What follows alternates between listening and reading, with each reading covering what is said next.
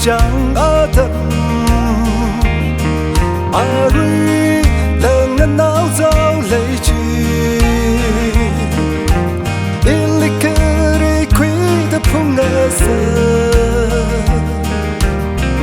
Mailemsor hai NAWUI otsak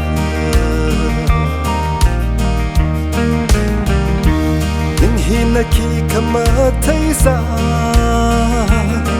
ringga pagkamatan mga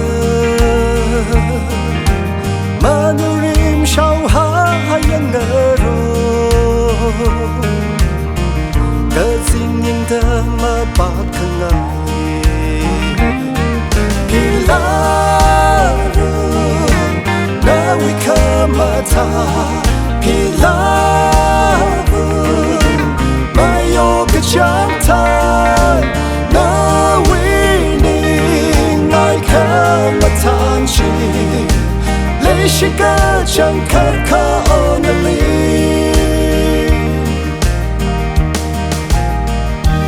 miring kaho aman kasa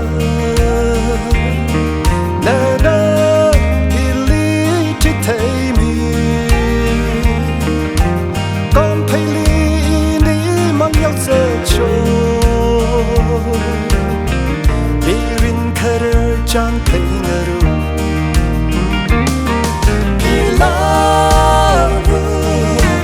NAWUI kamata Philava nganuikachang NAWUI ning ai PAMSHIM leiching only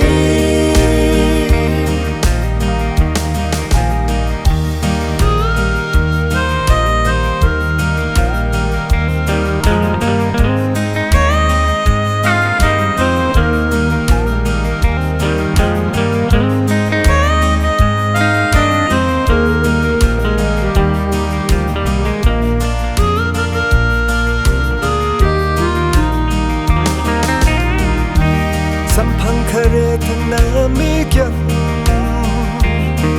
NAWUI ilimi hai sa ini SHIMRAH da matay sa iwilikashi Philava Philava NAWUI kamata Philava nganuikachang NAWUI ning ai PAMSHIM leiching only Philava NAWUI kamata Philava nganuikachang NAWUI ning ai PAMSHIM leiching only oh leiching only